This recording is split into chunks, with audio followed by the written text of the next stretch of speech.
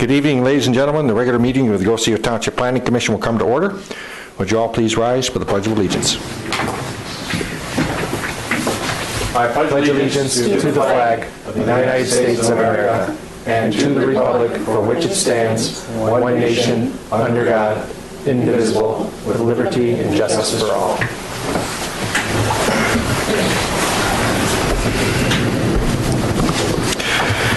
First item is additions and or deletions to the agenda. Does anybody wish to change the agenda from that proposed? Hearing none, I will entertain a motion to accept the agenda as presented.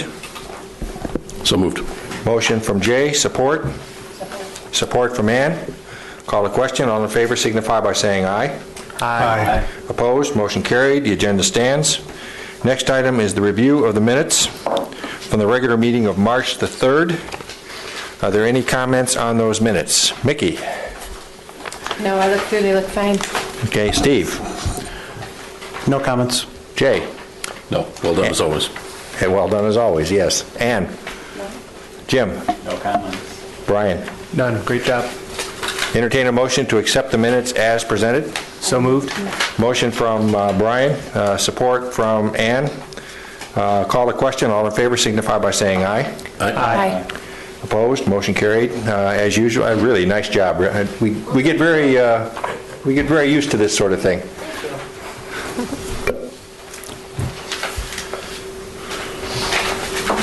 Next item is public comment, an opportunity for citizens to speak with the Commission about any item not on the agenda.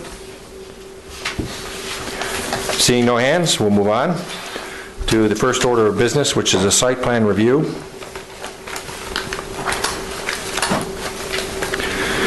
For Building Blocks Learning Center, the applicant is Building Blocks Learning Center and Daycare, 803 Macomb, Groseal, and that's Kevin Dermody, I believe is the correct pronunciation? Dermody, okay. The legal description is Lot 37 of the Horace Gray subdivision. The common description is 8003 Macomb. This is adjacent to the entrance of the colony on the south side of Macomb. The proposal. The current structure is used for daycare, and it's about 3,800 square feet, the building that is. And the proposal is to expand this building by adding about another 1,400 square feet as an extension to the rear of the existing building. And this would allow the facility to increase their children and toddlers from about 57 at the current level to about 81 students here after the proposal is complete. The zoning is Macomb Street District, MSD. The relevant ordinances are Article 21, which is site plan review, and Macomb Street District, Article 7. Given the fact that this is a 30% expansion, the scope of the extension requires that a full site plan be submitted. And under Article 21, the review process for this type of application is two-step. The first is a pre-application meeting with the Planning Commission, and the second is the Planning Commission actual decision. We are at step one tonight, the pre-application. The purpose of this is to allow the applicant to introduce his project to the Planning Commission and to the community and to receive feedback. So, the Planning Commission will not vote on this tonight. Brian, would you please summarize the application for us? Yeah. Thank you. If you don't mind, I'm going to come up here, Mr. Chair. I've done just a very brief presentation to sort of navigate the project and process here. Okay. And then we'll take questions and obviously then turn it over to the petitioner. So again, my intro slide is pretty much everything you just said. The petitioner is looking to expand their existing operation. Child care centers are a by right use in the Macomb Street District. However, as Chairman noted, due to the size of the proposed expansion, it does require full site plan review. However, because all it requires is site plan review, review, the review and approval authority rests with the commission. So if at such time as you're inclined to take action on the plan, you are essentially the ones who will make that decision. You're not putting forth a recommendation up to the board as you would were this a special land use. The site is on the south side of Macomb. As Chairman mentioned, it's next to the entrance to Colony Drive, which is right in here, getting back into the condos in that area. It is also, I'm going to point this out because the two are tied together by virtue of how the request has been presented. The Fifth Third Bank is then essentially, there's a residence to the east, a vacant parcel, and then the existing bank, if you guys can see that cursor moving on there. So part of the proposal, I bring up the bank because one of my key elements of the review letter, at least that was initially put forth for some additional information from the petitioner, is that they are proposing the use of a shared parking arrangement with the bank.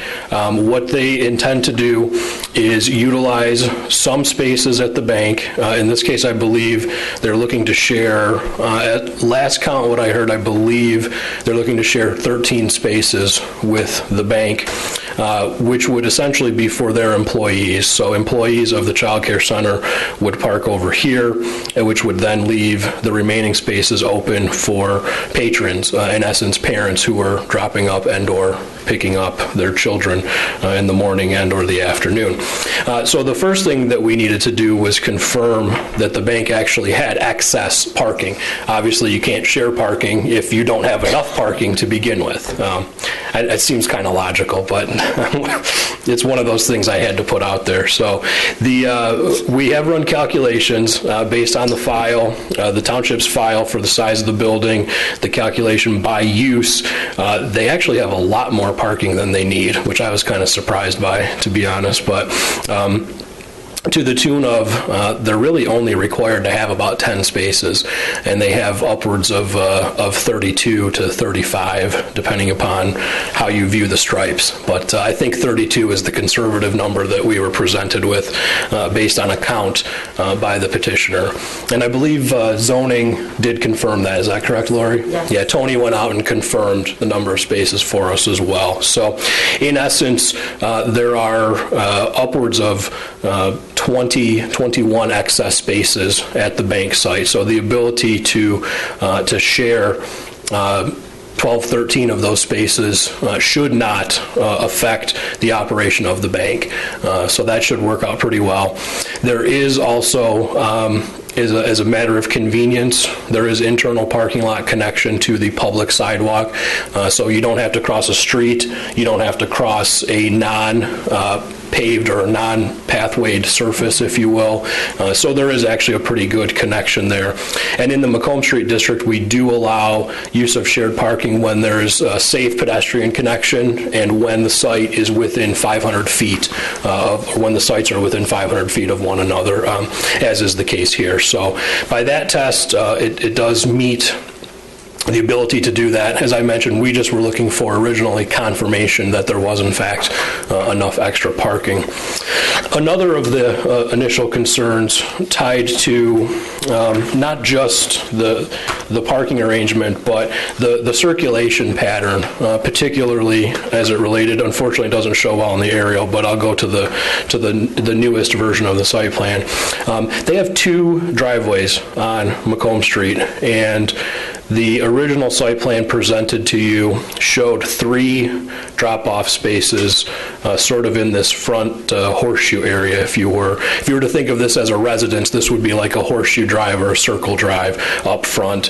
And we were certainly concerned with their ability to squeeze 3 cars in there and the potential that would have to disrupt traffic flow into and out of the site, particularly at peak hours. That's the last thing we want to have is vehicles stacked up here and have traffic backing up into Macomb Street, or have people trying to make left-hand turns on westbound traffic trying to turn into these spaces, but yet having a vehicle blocking the driveway. And I'm pretty sure police and fire would not care for that setup either. So, although they didn't have any comments, but I don't think they would approve of that. So, in this particular version, the petitioner has acknowledged that as a concern. And they have eliminated 2 of those spaces as shown on their current plan. So now it's essentially just 1 drop-off space in front of the building as opposed to the 3, which would potentially disrupt circulation. The third parking and circulation related item that we brought up was tied to these 2 parallel spaces on the west side of the building. As we understand it, these spaces have historically been used in this fashion, predominantly by either the manager and or owner and or employees. At this particular time, while, personally, from ordinance standpoint, I'm not really thrilled with the use of those spaces. I think if they are used as has been presented by the petitioner, which is essentially these are going to be reserved for the owner only.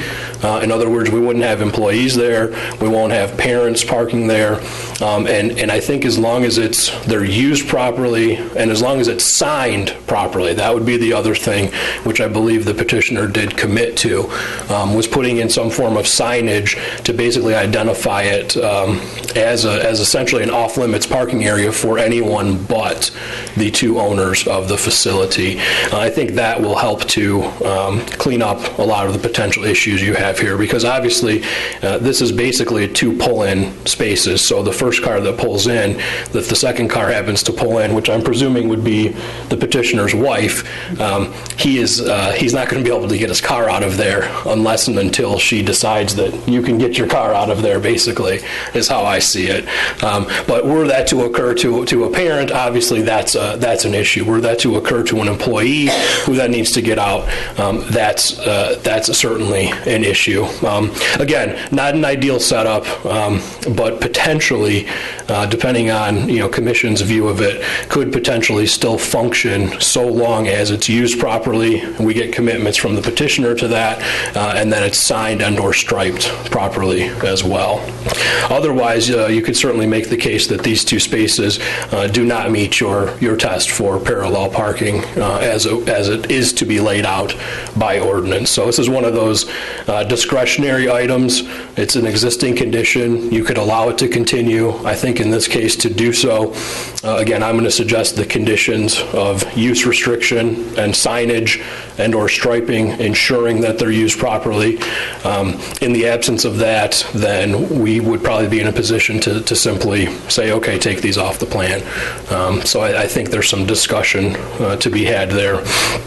The parking and circulation were really the biggest issues noted in my review letter.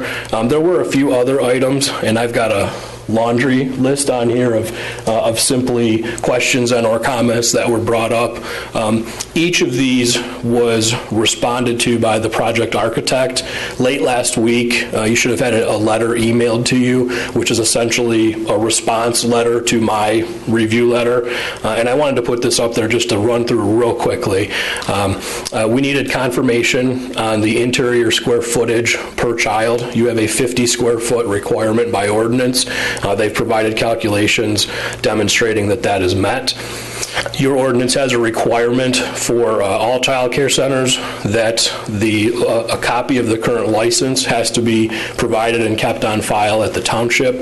The township does have the petitioner's current license, and at such time as if this project is approved and they obtain a new license or an amended license, then we would want a condition that they have to also provide a copy of that to the township so that we can keep the records consistent. I've already addressed shared parking on west side of the building.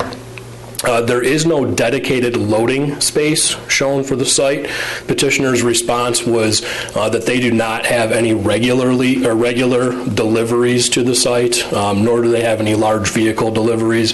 There isn't a semi-truck or a Cisco truck dropping off supplies to the site, so we don't really have the need for circulation for anything quite that large. If they had anything, it would probably be, I would presume, kind of an irregular schedule of maybe FedEx or UPS type deliveries, at which time they should be able to get in and out of the parking lot, because if all of your employees are parked over here, you're not going to have parents staying at the site throughout the course of the day. So generally speaking, most of these spaces should be open throughout the day, again, if everything goes according to plan and functions properly. Ultimately, the commission does have some discretion over the loading zone, and so that's what the petitioner is seeking, is essentially that you not require them to put in a dedicated loading space. I addressed the front drop-off spaces, the total amount of parking and drop-off spaces. The ordinance requires a total of 29, with all being counted. If we count 13 at the bank and including the one space up front and the two on the west side, I believe there are upwards of 14 on site, if I'm not mistaken. So what the petitioner provided you with in their letter was an idea of the actual usage of the site. At what peak times do we have parents coming and going? How many of them do we have coming and going? Ultimately, trying to demonstrate that that they don't really necessarily feel they need all 29 of those spaces. If we were to go forward with this plan or some version of this, what they would be seeking is that the commission would exercise its ability to reduce or modify parking / drop-off requirements. In this case, it would take them down to two spaces from what is required as currently drawn. One of the things mentioned in my letter that could still be a possibility on the table would be realistically, there's the potential they could just utilize 2 additional spaces at the bank.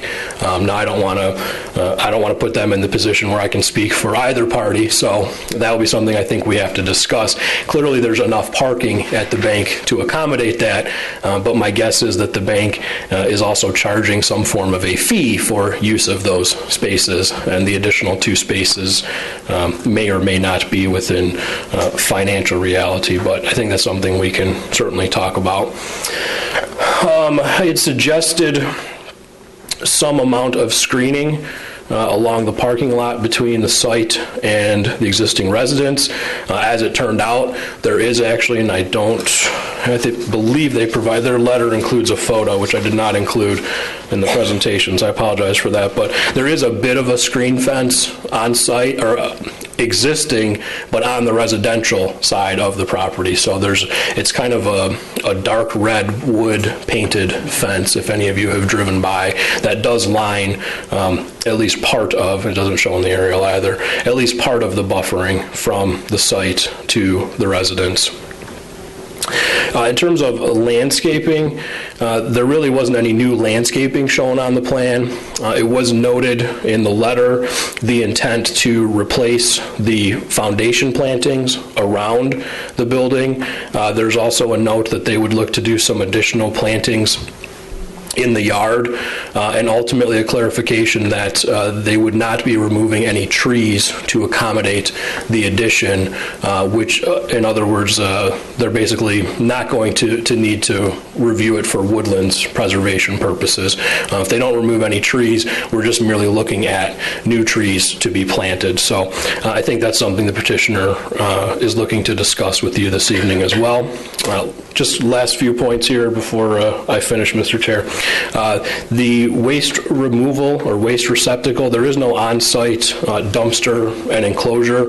It's my understanding that they simply use curbside pickup.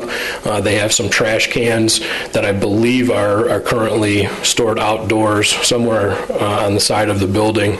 And when trash goes out, whatever day of the week pickup along Macomb Street is, bins go out, they're picked up and taken care of.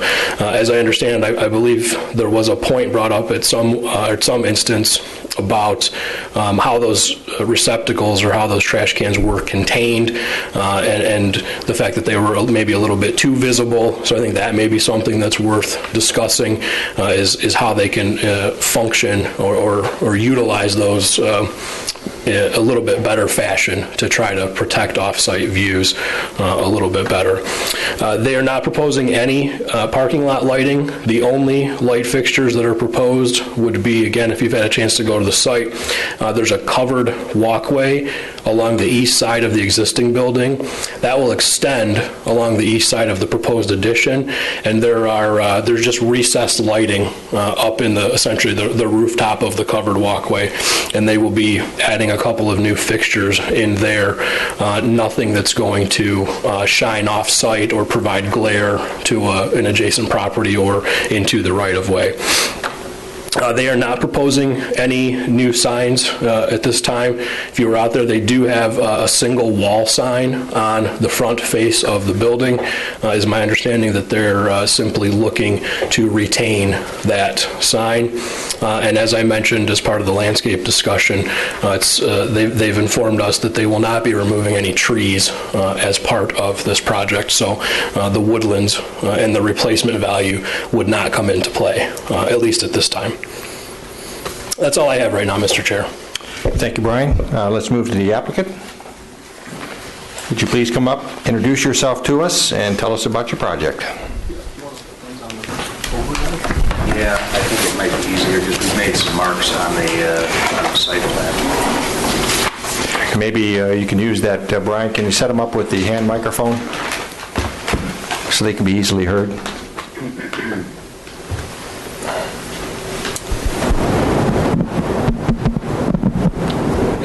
Oh, I thought it worked. You guys can hear me? Yeah, I can hear you. We'll give it a shot. If not, we'll pull this over. Good evening. My name is Kevin Dermody, owner of Building Blocks, and this is Rick Bull, the main architect for this project. Welcome. Thank you. Thank you for seeing us. What we have here, The addresses, please. it's 8003 Macomb Street. Okay. And Mr. Bull? Yeah, my office is at 29725 Bayview on Grosedale. Okay. Very good. Thank you.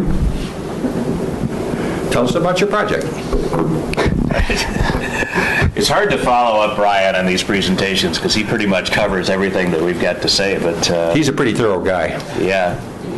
Kevin, do you Tell us about some of the underlying things about increasing in the number of children and your kind of ideas there and how this all came down. The reason this came about was we have a waiting list of children. We have 40 kids on the waiting list right now for the daycare. So we've been going back and forth for the past couple months trying to figure out whether it was feasible for us to add on all these conditions. So we finally decided to say, yes, we can add on.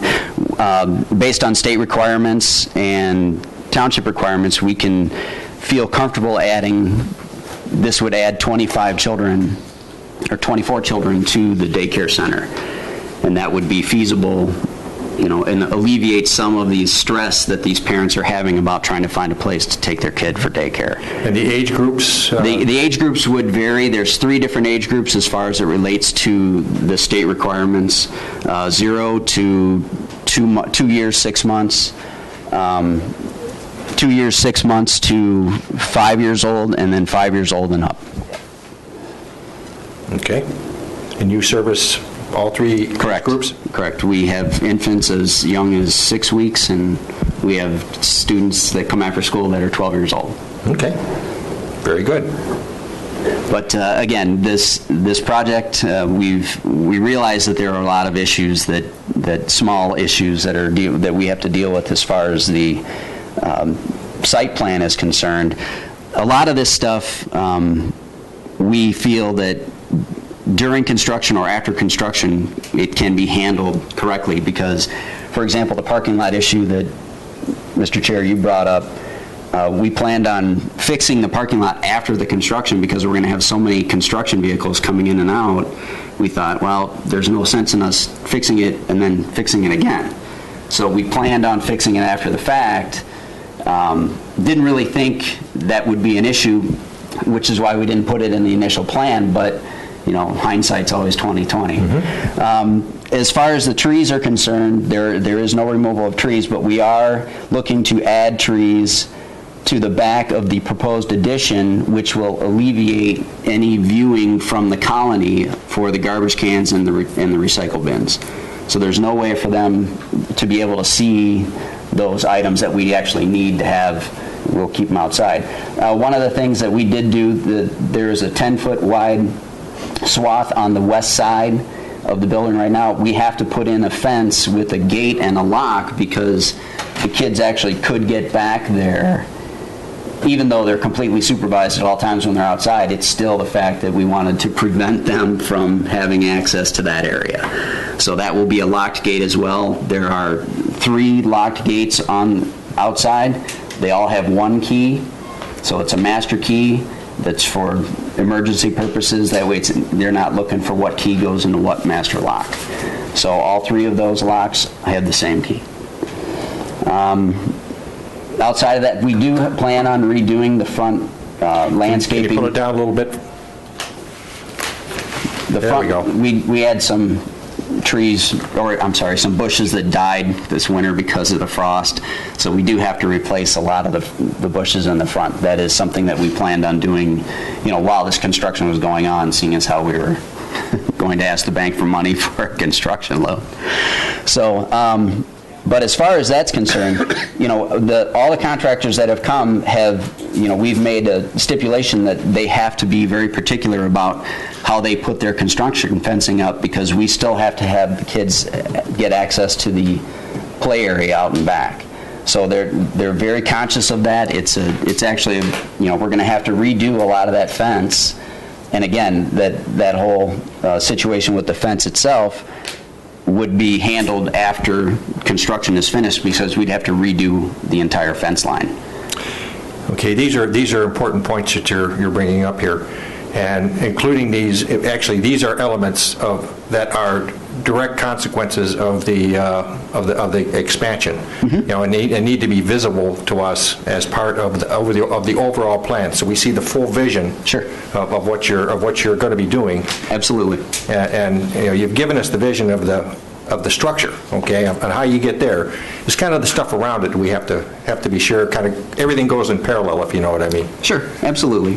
And that's, and again, I didn't understand the necessity for that or the importance of that. That's okay. So, we're doing just fine. Again, a lot of this, there are some fence posts on Brian was showing the fence that's on the east side of the building. There are some fence posts that don't have any fence on it. There was a tree that actually grew up in the middle of the fence line. So he took the fence down, but we've told him we'll take the 2 posts out, so that will eliminate that eyesore.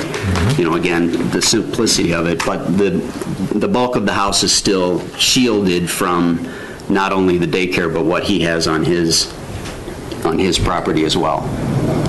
So you can't see the 2 fence posts in the frame there, but they're just to the left of that cherry tree that's right there.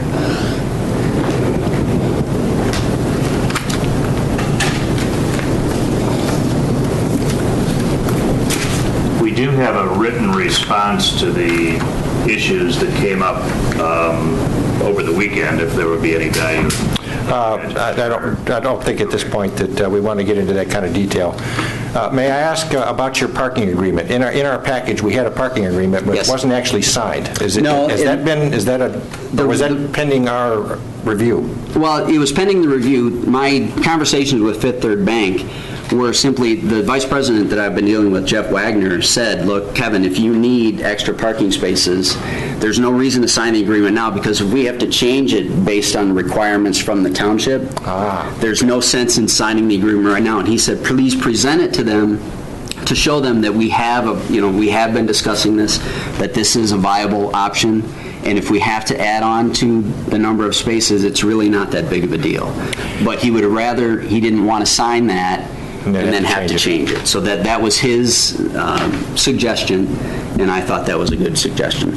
Well, you're very fortunate, because in years past, when that bank was originally built back there, the parking standards were so much different.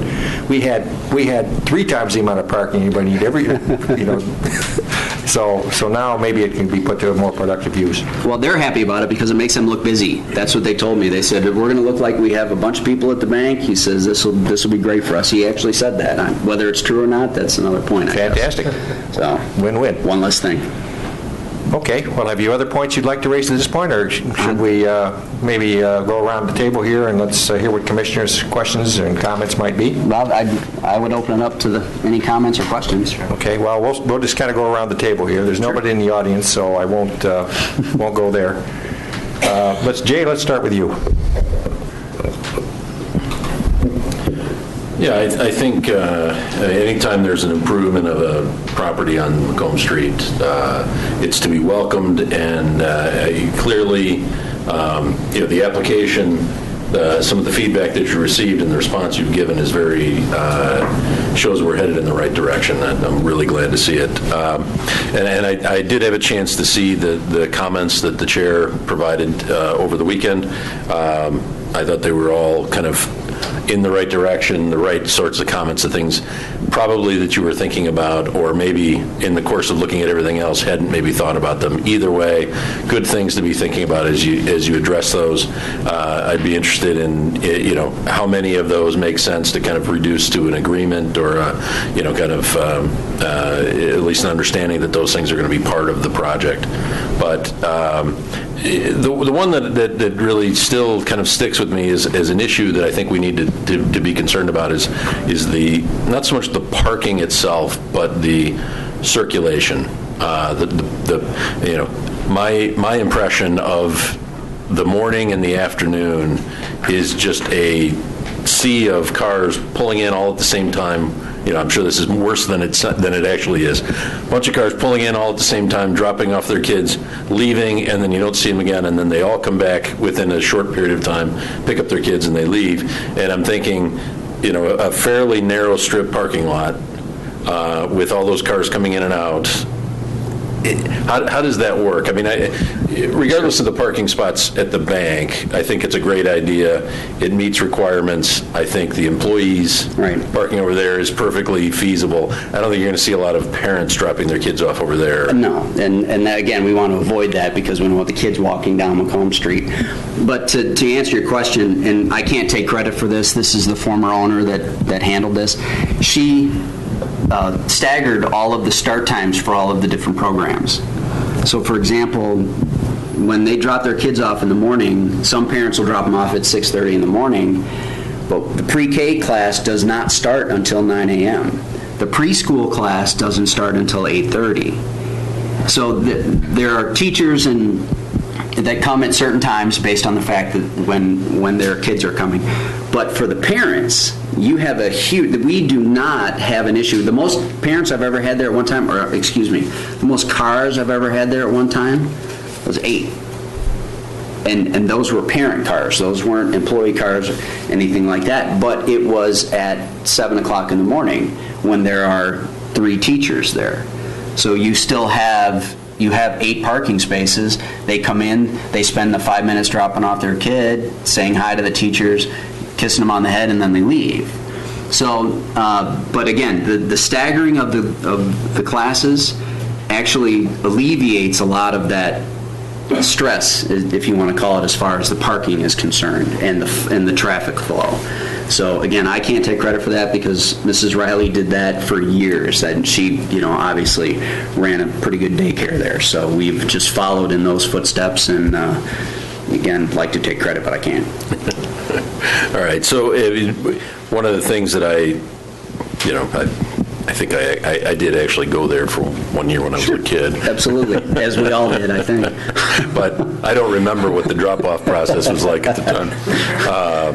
But it always looks to me like a circle drive, drop-off sort of thing in the front. Right. I don't know if it's typically used that way or not, but you're talking about not using it that way. Well, on occasion, a parent will, if they're dropping their child off in the infant room, which is in the front of the building, so it would be here. So they normally, because they have their car seat and things like that, they'll come in and they'll drop their infant on. Normally, the infants, don't ever really show up before 6:30 in the morning because the parents don't want to deal with all that stuff, getting them in the car seat, doing all that. So, but again, we've never had an issue with that. And again, really, that's the only time they'll use that front parking space, unless somebody comes in, is coming in to drop off a check or something like that. They may stop there, hand it in the door, and then take off. Okay. So it's not the regular practice? It's not the regular practice, Kind of no. a circulating Correct. Parking, No. pull in, the kids run out? Yeah, if anything, Pull off. the issue that we've had in the past is parents come in that circle drive and then they whip around the corner. So, I shouldn't say whip around the corner, but they come around the corner like that, so they use it as that. So we have a sign that says drop-off area only, so that they don't just use that as a thoroughfare, if you want to call it. Okay. So that alleviates them, and they come into the second driveway there and then come in and park and drop their kids off. Okay. All right. I appreciate that there's a written response to a lot of the comments. Unfortunately, reacting to it live is a little difficult, but I'm interested to see it because I think we can, based on what I've heard, I talked to Brian, it sounds like a lot of good progress has been made on those, but I think, the safety issues, particularly with the unique property at the back. The underground house? Yes, the underground house. That's, an area that, we just need to be certain that the kids are, safe and that sort of thing, which obviously is your highest priority as well. So, Absolutely. We just want to make sure that all those things are addressed, and if they are, then I think this is a great move forward. Thank you, Jake. Steve? Well, great job, very nice presentation, and good to see the great care you take of all the kids, so. Thank you. Nice job with that. In the context of the Planning Commission and what we're charged to oversee and help and provide opinions on, I don't have much outside of the circulation concerns you just heard right now, especially when it comes to what the work hours will be for the construction crews, how long the construction will be, that type of thing, to ensure safety for the kids and that flow of traffic. So I'm sure you probably have a quick 30-second answer on that of changing construction times or how that'll work with drop-off times that you can get to. But outside that, you've really covered a lot of what we're here to look at. Definitely well laid out, and at this point, nothing further than just want to hear about that circulation part.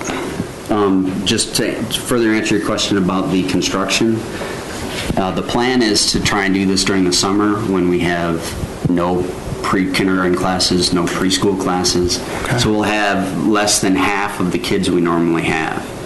So that alleviates a lot more of the circulation issues and provides the construction workers with the ability to do what they need to do without completely disrupting our daily operations.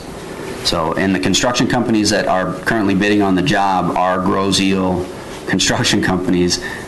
They have offices on Macomb, so they know what's going on and they know what our requirements are. So they've actually been very helpful in suggesting construction fencing and how to put it up and where to put it. And they understand our need and our desire to make this as safe for the kids as possible. Thank you. You want to outline where the construction fences are going to go? Yeah, in discussion with these construction workers, we're going to put this line right here is actually would be a fence line from here to the existing frame, the garage that's in the back, and that would be locked in from that garage to that point, and it would be a solid fence line. There would be no gate, so the kids would have no way of getting from where the play area is over here to the construction site. So that would be completely locked off. And the access, the way the kids would come out, there's a door on the east side where the ramp is. They would come down supervised and walk into that gated area right here and then into the play area in the back. And again, they're always supervised when they're outside. There's never a time that we allow a child outside without any supervision.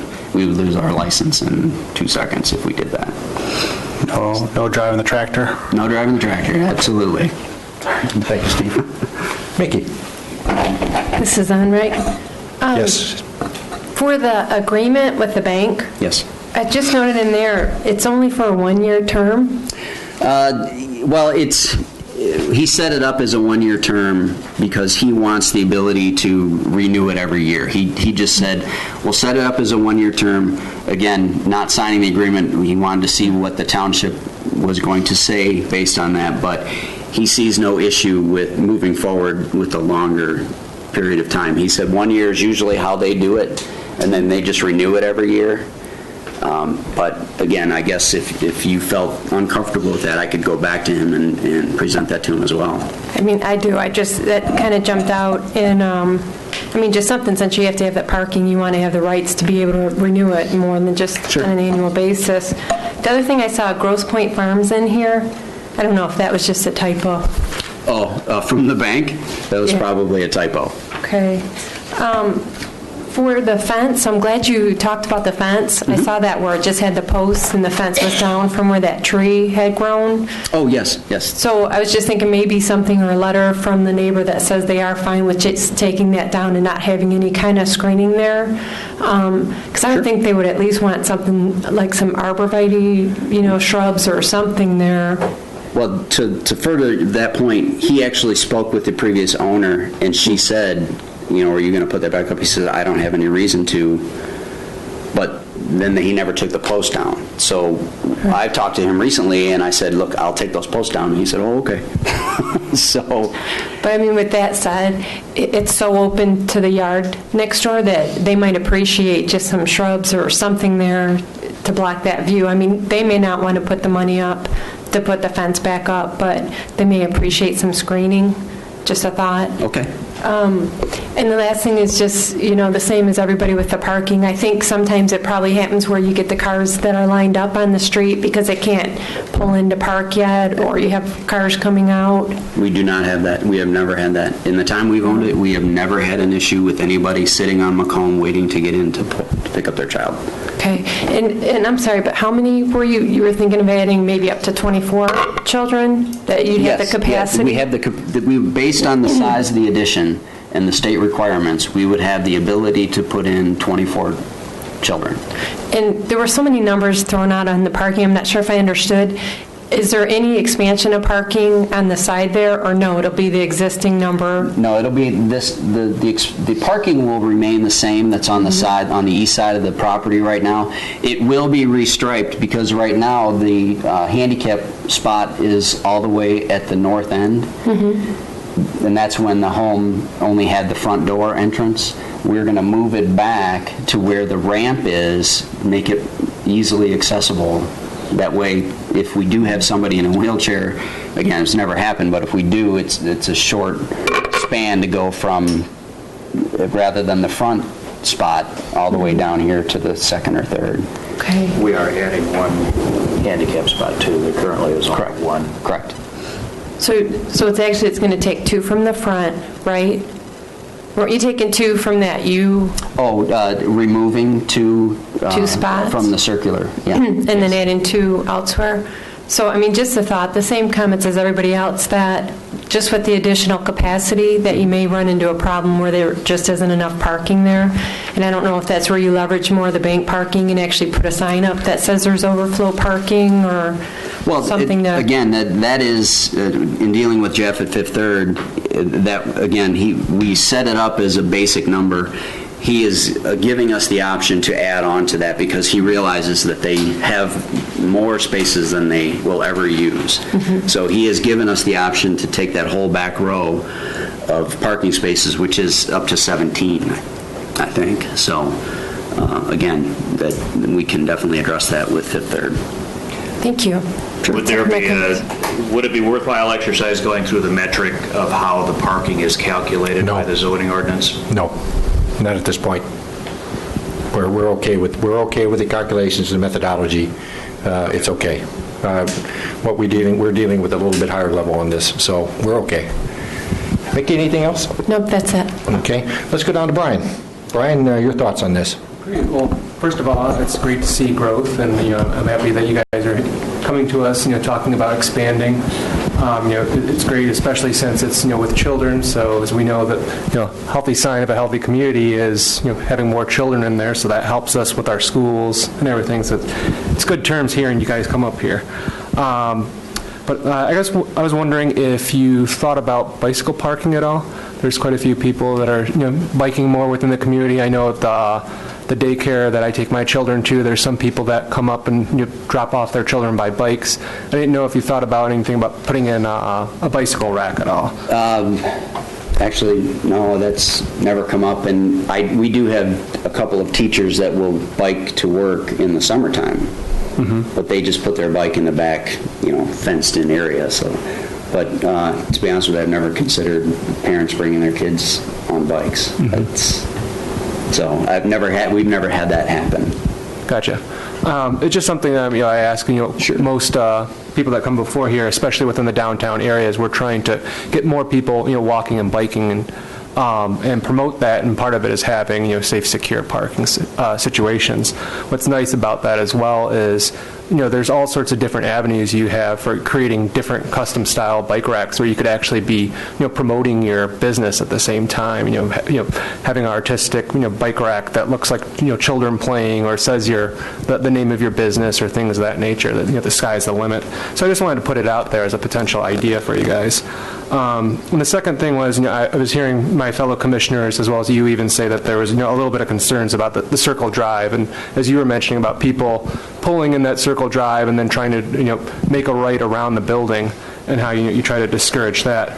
So I was just wanted to entertain a motion both from you as well as my fellow commissioners up here at the thought of, if you guys are interested in potentially eliminating the circle driveway, preserving the two individual driveways, greening up that space in the front, then maybe we could cut a deal on the actual parking requirements, or there could be additional parking over at the bank like we've been talking about.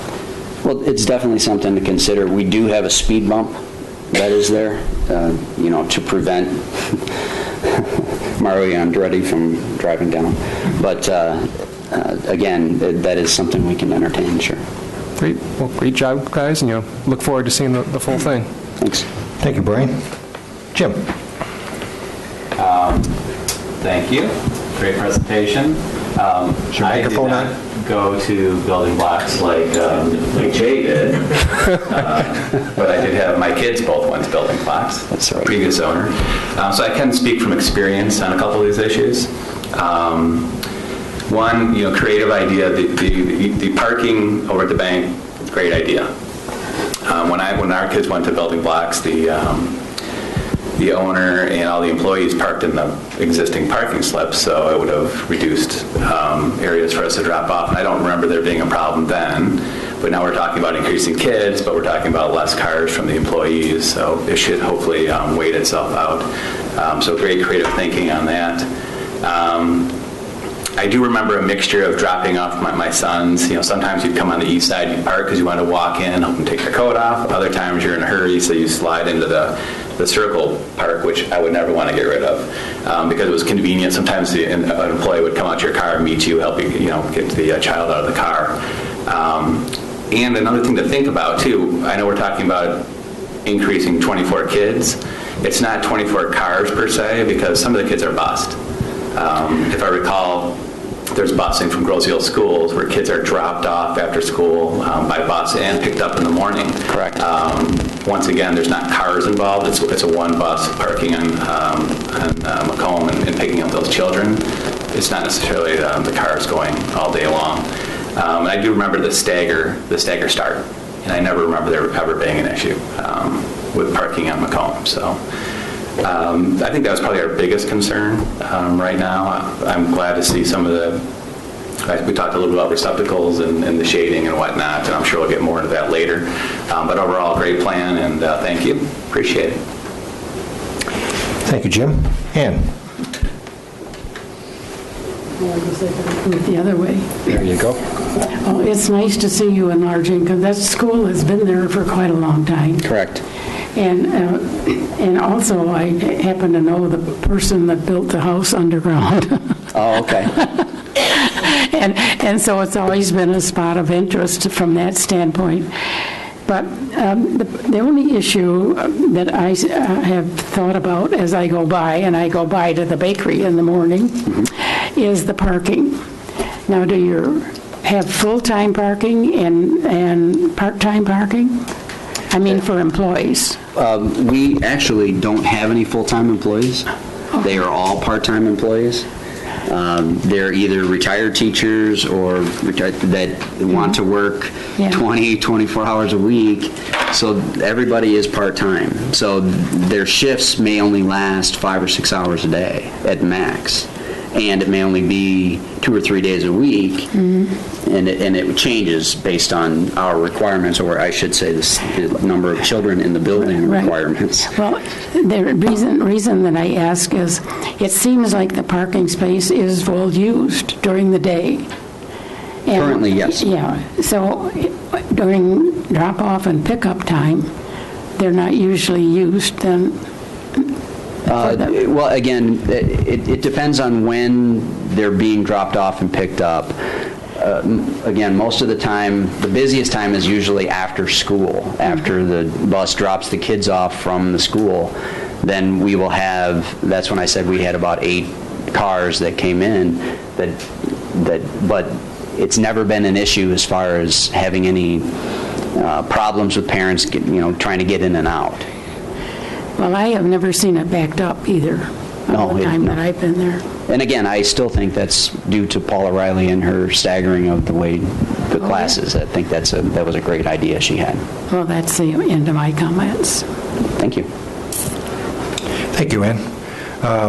I'm encouraged. I think that we've got a real good starting point here, and I think by working a few of these details, like you have some information there, a new revised proposal that wasn't in our package. Oh, absolutely. Lots of things things to just kind of sort out and move forward. But I think with the positive, constructive attitude you've shown and the suggestions coming from the commission up here, I think we can kind of meet in the middle and find something which is good for you, good for the community, and great for the kids. Absolutely. And I look forward to doing that over the next couple of weeks, with the input from Brian and working with you to move this along. And I know, given the fact that you want to get into construction in this summer. Yes, sir. We want to help you and move this thing along. Sure. I appreciate that. So, what we will do here at the end of the meeting, we will schedule our next meeting. We'll have a little talk about when that exactly would be, and we'll keep in mind trying to move it forward to help you out. But again, that just means that we have to work a little harder in between. Oh, absolutely. To get the issues sorted out so you can do your thing. I think this is very eminently doable. I appreciate that. So let's make it happen. Sounds good to me. Okay. I appreciate your time. Thank you very much. Brian will definitely be back in touch with you. Yes. Okay. Thank you again, guys. Thank you. Have a nice evening. You too. Okay, let's move to the next item on the agenda, which is election of officers.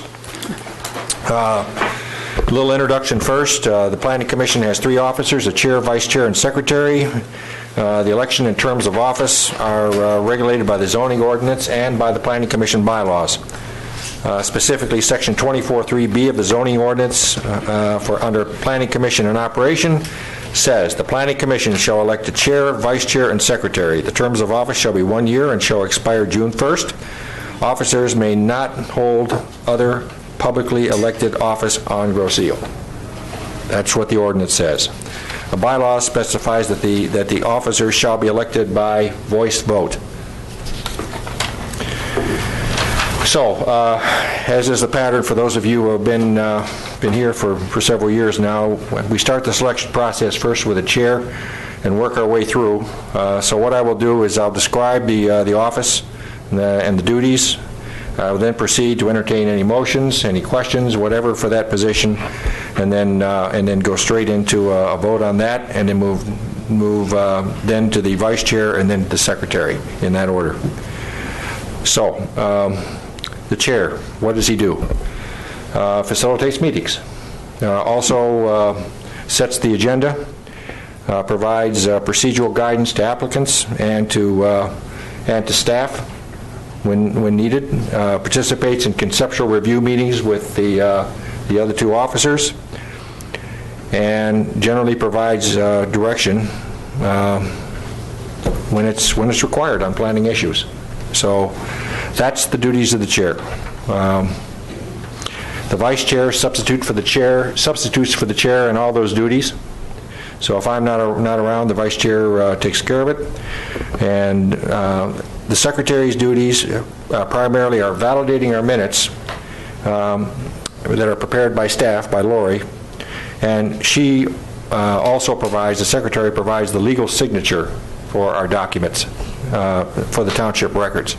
So those are the duties. So I will start now with, if there are no questions, on nominations for the chair.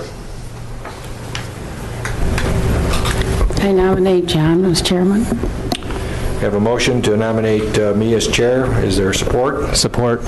Support from Jim. Are there additional nominations? Good job, Jim. Hearing none, I'll call the question. All in favor signify by saying aye. Aye. Opposed? Would it matter if I voted no? It would not. Thank you very much, folks. Okay, we'll now move to vice chair. I would entertain motions, please, for the vice chair position. I nominate Jay Frucci. We have a nomination for Mr. Frucci to continue as vice chair. Is there support? Support. Support from Ann. Additional nominations? Call the question. All in favor signify by saying aye. Aye. Aye. And no, you can't vote no either. If I can't vote no, you can't vote no. 6-1 vote doesn't do us any good. No, we won't lose. Okay, now we'll move to the secretary position. I would entertain motion for position of secretary. I nominate Ann. We have a motion for Ann. Support. Support from Jim, or Brian, I'm sorry. Second time works. Just at the point, you know. Okay, motion and support or additional nominations? Hearing none, I'll call the question. All in favor signify by saying aye. Aye. Opposed? Motion carried. Congratulations, Ann. We're always happy to have you here at my left. Okay. Keep you honest. Keeps me honest. Exactly right. This woman over here is just a wealth of experience, and she taught me 90% of what I know about planning commission stuff and being a chairman, because she was a chairman from back in the 1980s, I suspect. Well, and the reason for that is he was on the planning commission and asking so many questions. I said, well, John, you got to find out before you get there. So she was a great teacher. And you always have to tell them which ordinance you're using. So thank you very much for supporting us. We will now move to the chair's report, and we have several items here. The first is a discussion of the potential 2014 ordinance amendments. And a little background here. Jay, Jim, and I met with Brian, our ordinance subcommittee, and we went through the list that everybody has on the various ordinances and talked about them, talked about priorities. We provided some general guidance and direction for Brian over there as to how to proceed, and went on our merry way. Well, subsequent to that, we got a request that came through the Zoning Board of Appeals, which I kind of felt was more important than the things that we were talking about doing on this list. So when Brian approached me with this, I said, well, Brian, rather than talking about zoning ordinances from the subcommittee, let's move ahead and talk with the commission about what it is Zoning Board of Appeals was asking, because essentially what they're looking at a high level is we have a zoning district called R1F. It is specifically directed at the east side of Hickory Island, the Hickory Island Company, where all those unique narrow lots, and they were seeing a lot of Zoning Board of Appeals issues and all that.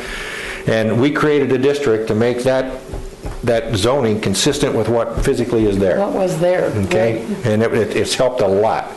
Well, what ZBA is now saying is that we should consider that on the opposite side of the island. Basically, it's not part of the Hickory Island Company, but farther over to the water.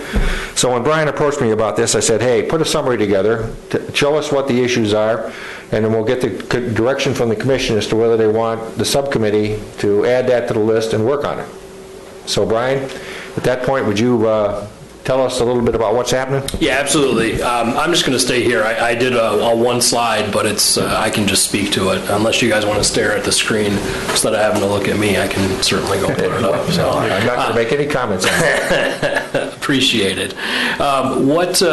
Where this came from is as John mentioned, several years ago, we had a subcommittee put together that looked at the East River side of Hickory, the Hickory Island Company, because we had a number of ZBA cases. We were quite aware that there were an inordinate amount of nonconformity in that particular neighborhood, from lot width to lot area to setbacks to detached accessory buildings in the street front yard, to the sizes of the homes in relation to the size of the lots. As your ordinance, in your ordinance terminology, floor area ratio, lot coverage ratio. So the subcommittee studied the entire neighborhood and developed, at the time, we basically came to the conclusion that we just needed, rather than amending an existing district, we needed to develop a new district, because that side of the Hickory Island Company was just unlike anything else we had in the community. And we did so. And to be entirely honest with you, I think it's been quite successful. I believe, for the most part, I don't recall anyone going through ZBA since R1F was adopted. And it was... that side of Hickory Island, it probably accounted for more than 50% of our variance cases for the probably at least the 10-year period preceding. So worked very well. So now bringing us to today, and what we have been confronted with is one, a ZBA case, and two, an administrative plan review that we were given. And by virtue of conducting both of those reviews, we've started to identify a somewhat similar situation to what we found with Hickory Island Company, and that is an inordinate amount of nonconformity. The whole Bayview side is within the R1B zoning district, requires 80-foot lots with 16,000 square feet of area, and sets and does not allow street front garages or accessory buildings, and establishes floor area and lot coverage ratios that max out at 22% and 20% respectively. As part of the ZBA review, which was for a new detached accessory building, excuse me, in a street front yard, what we found on a waterfront lot, let me add that caveat because that's an important consideration too. What we found was of the 20 or so waterfront lots, I believe there were at least 11 that had some form of detached street front yard structure. In essence, more than 50% of the properties were non-conforming just for that one particular reason. We dug a little deeper, and you look at the properties, and their lot widths and lot areas, at least on the waterfront side again, are generally non-conforming as well. Non-conforming lot widths and areas don't concern me a whole lot because these are developed parcels and people have a right to continue to use them. But what it does is we need to recognize that we have smaller lots because it does two things. It affects setbacks. When we generally expect an 80-foot lot, it's really not an issue to have 18 feet of side yard. Still gives you a more than substantial buildable lot width side to side. We cut that down to an awkwardly shaped 35 or 40 foot lot. 18 foot of side yard setback starts to really eat up a lot of that property. So I think that's the one angle. The other then has to do with the respective floor area and lot coverage ratios. When we calculated the FAR and LCR for this proposed addition. Mind you, this was not a big addition. This was a 350 square foot addition to an existing residence. When we looked at it, the existing residence was already upwards of 30% floor area and lot coverage, keeping in mind the maxes are way down at 22 and 20%. We look at the surrounding neighborhood and we noticed that was not completely out of character with the rest of the neighborhood. There were a number of homes that were in excess of the maximum floor area and lot coverage ratios, which got us thinking and wondering if maybe now is a decent time to undertake a similar type neighborhood study as to what was done on the other side, with no end result necessarily orchestrated already, just merely conduct the study, see what the issues are, and then, which I believe would ultimately lead to some form of amendment to the zoning ordinance.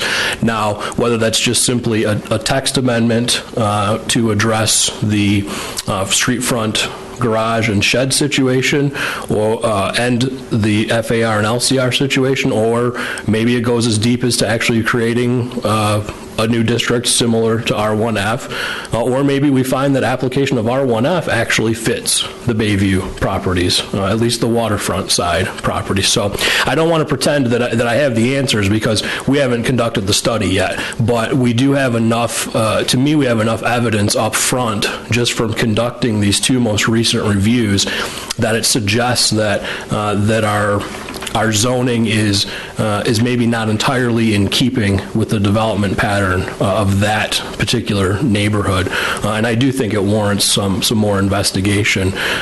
Not to pull the rug out from under all these text amendments that we were working on, but I think those two factors, or those two particular reviews, really brought it to our attention that I think maybe we need to do that sooner than as opposed to later, and it was discussed as part of the original creation of R1F district, was whether we should look at the Bayview side as well, and I think the subcommittee decided that just looking at the Hickory Island Company alone was probably a sufficient study at that time.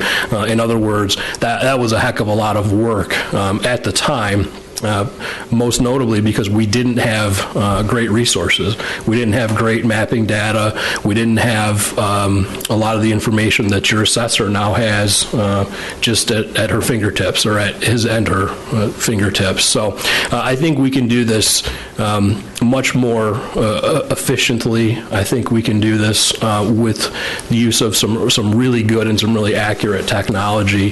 And I think we can at least set the stage for, okay, what's the pattern? What are the lot sizes? What are the existing conditions of this neighborhood? And then prepare that as a subcommittee, and then come back to the commission with ultimately what we think our suggestions might be to make sure we get the input of the whole and not just of the subcommittee. So that is essentially what I would be proposing if everybody is open to that, and or if you have any questions or you want to see some additional follow-up information, I'd be happy to put together something in greater detail. I think you've done a good job of summarizing. Do any commissioners have any specific questions about the content of what it is he's proposing? Just a quick question. So, I'm not sure what came first in the equation. Were these the result of multiple variances, house after house after house, as it's being developed, or was this just people going rogue on their own building? It's probably a combination of those two, and probably the majority of them were simply developed before the ordinance was enacted. That's my guess. I think that's what we found on the Hickory Island Company side, was they were legitimately non-conforming. They weren't weekend specials. In other words, they weren't done in disguise and or without permits.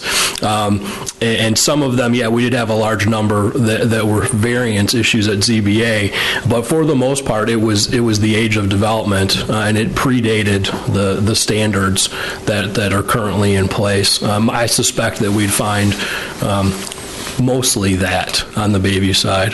That's my hope, anyway. I don't want to find that it was all done without permits. Brian, do they have an association? I'm not 100% sure on that.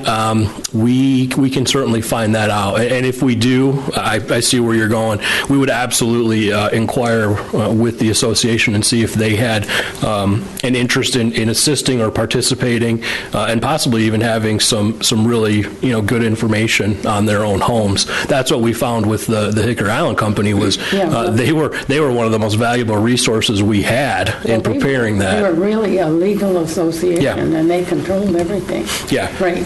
So I just wondered on the other. We will definitely find that out. Mr. Bohl, who was the project architect that presented to you the case before, he lives on Bayview, and I pulled him aside afterwards, and I'll be back here later this week for office appointments, so I expect to see him at some point Wednesday to follow up on that other case, but I'll be sure to ask him about any association they may have. And even in the absence of an association, it doesn't mean we can't reach out to the neighborhood anyway. I think at some point it would be prudent to do so, because if we do create a new district, and again, I'm not suggesting that I've already figured this out and that's where I want it to go, but if by chance that is the result of the study, we'd have to notify those residents anyway, because it will require that their properties be rezoned. And I would just assume get them involved sooner rather than later, and let them have an understanding and some input into what it is that we're trying to do and trying to create. So is it generally, I'm judging by the nodding of heads, that it's general consensus of the commission that we ought to do this? Okay. All right, Brian, I'd like you to start that effort, and maybe you can, I don't know what your timing roughly is on this, but, something we could accomplish by the end of the year? Oh, without question. Without question, yeah. Okay. I'm thinking... well, as information comes in, Jay is our lead on the subcommittee. Keep him in the loop. And then when it's appropriate for Jim and Jay and I to get together and begin to process what you're giving us, let us know. Yes. And we'll meet. Yeah, my thought was I'd like to do some upfront research. I'll have my GIS mapping person knock out as much existing data as we can, kind of collect it, analyze it a little bit, and when I can put some trends together, we'll call together a subcommittee meeting, and that way I can at least show you the results, and then we can start to talk about ideas and resolutions. If we have an opportunity to make zoning consistent with the neighborhood to help those citizens, then we should do so. So, good. Okay, that completes that item. Let's move on to the next item, which is a discussion, albeit more or less a training session, that Brian's going to give about the master plan 5-year review. The master plan gets reviewed and basically recertified by the Planning Commission each 5 years, and we're in the year where we need to do that. And so, Brian and I talked about it and decided this was a great opportunity to kind of broaden everyone's horizons by talking a little bit about the master plan, so that you get a feel for the content, and then the Planning Commission, as a whole, can then decide, do we have enough information to recertify? Do we not have enough information to recertify? What direction do you want us to go? Okay, and then the Commission will then provide feedback as to what the next step might be. So, Brian, at this point, I'll stop, and if you can come up and lead us through this presentation. Is it going to go past 9 o'clock, Brian? Because what I'm asking here, we take a break now as opposed to later. Or are you suggesting that I need to be done by 9 o'clock? Or? No. I'm kidding. I'm always interested in what you have to say. Well, you know me. I could do it in 5 minutes, or I could do it in 5 hours. Well, let's not do the 5 hours. Okay. If it's okay, maybe let me just, I will go quickly. I have taken what amounts to about an hour plus long overview of master plans and the planning process and the statutes and all of this general discussion item. There are exercises that we throw in. I've condensed it down to about 10 slides. So I think I can probably get through this by 9 o'clock. Okay. And if I start to drag, just give me the hook. So shut off your mic. How about that? I'll throw my pen at you. That works too. That works as well. Well, you don't have very good aim, so I've seen you throw before. I apologize. So a couple of again, just some background and overview of the master planning process with some direct applicability to the township. I did tailor this somewhat to you. I'm not just giving you a canned presentation. So why do we plan? Kind of a hypothetical question, but a number of reasons. Protecting natural features, something with which I believe this community is a little bit familiar. Obviously, our waterways, external and internal, our shorelines, abundance of wetlands, abundance of wooded land, most of which is not most of which, but a lot of which is currently protected as open space, which is a very progressive approach not a lot of communities take. Preserving quality of life. We have a very strong residential base in this community. We want to make sure that we retain those neighborhoods. You have a fantastic municipal government structure. Want to make sure that we have continued involvement and investment in our infrastructure, our public services, and our facilities. We need to anticipate change. We need to be aware of what's happening out there in the community. One of the primary things you do when you're planning is you look at the demographics of the community. You look at the most recent data available. Commissioner Pollack's employer is a phenomenal resource in terms of having the most up-to-date demographic data you could ever want.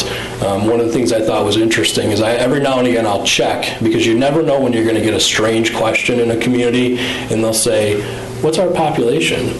And I can usually go back and recite a 2000 or 2010 census number, but it's always nice to know via the SEMCOG projections and estimates, where do we really stand right now? What are the current estimates? I found it interesting that despite a decline from 2000 to 2010 census, based on the most recent estimate that I could find on SEMCOG, which is a few months old now, but you've actually gained since the 2010 census. Not substantially, but the fact that you've maintained and actually gained, given what this economy has gone through in Southeast Michigan since the 2010 census, I think is a pretty strong factor when you're thinking about Grosse Ile, and if people are thinking about moving or opening businesses here. I thought that was a really important statistic to present to you. I don't remember the exact number, but anyway, I thought it was quite interesting. Economic development, you have very active commissions for Airport Commerce Park. You have a DDA that does great work for Macomb Street. You have a representative of the DDA on your planning commission, which is always nice to have that, the ability for that cross interaction. Making sure that we're wisely using our resources, tying the capacity of our infrastructure to development activities. There are a number of parcels on this island that were platted many, many, many years ago, but have no access to road, sewer, or water. We want to make sure we plan accordingly, and we have ordinances in place that don't just allow haphazard development in those areas, because they don't have sufficient infrastructure in order to be developed. So until such time as that infrastructure is capable or is in place, those properties will remain undeveloped. So it's a good process that's in place. We don't get ahead of ourselves development-wise. Implementing a vision for the future. I think the best example of that is Macomb Street. Your master plan devotes an entire chapter to Macomb Street, and going back to the original plan, what that meant. What do we want to see? This is our downtown. This is our mixed-use environment. We want it to be pedestrian friendly. We want it to be business friendly. We want it to be resident friendly. We want it to look nice. We want it to feel nice. That's kind of an evolving thing. We get Commissioner Pollack's input on a lot of things. His work with bicycle transit and bike path committee, etc.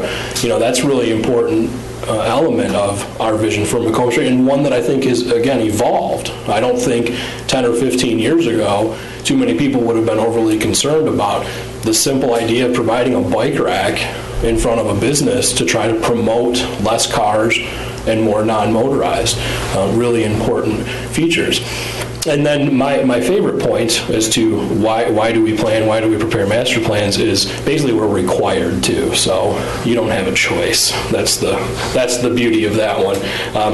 Both the planning and zoning acts do require that you have, if you are a zoned community, which pretty much everybody around here is or ought to be. I don't work everywhere, although sometimes it feels like it. But nonetheless, your zoning ordinance is to be based on a master plan. That is the legal authority to ultimately to have a zoning ordinance, is to first have a master plan upon which it's based. So what is a master plan? It is a policy statement. It is a guide. It is full of recommendations. It is not the law. It is not regulation. It is not your zoning ordinance. They are two distinct things. They're often interrelated. One often leads to the other, but they are different, and we need to keep that in mind. Bless you. So it's based on items such as resources, assets of the community, what's good, what do we have here that we want to protect, physical limitations of the land, mentioned that. We obviously don't want to plan for high density or high intensity development in an area that is full of floodplain and wetlands. Got limitations on that property, need to plan it accordingly. Community character obviously plays a big factor here. So with a waterfront community, and not just a waterfront community, but literally an island or multiple islands, just out here floating adrift in the water. And needs and desires, I'm trying, Mr. Chair, I'm sorry. Needs and desires of residents. Public involvement is a very important component of master planning and making sure that we're headed in the right path in terms of what your fellow residents and neighbors want to see. So what's in a master plan? A whole lot of stuff, a lot of text, a lot of maps. Can be a number of things. Generally speaking, they will include goals and objectives for the community. Sometimes you'll have a historic preservation component. You do actually have a chapter of historical significant properties.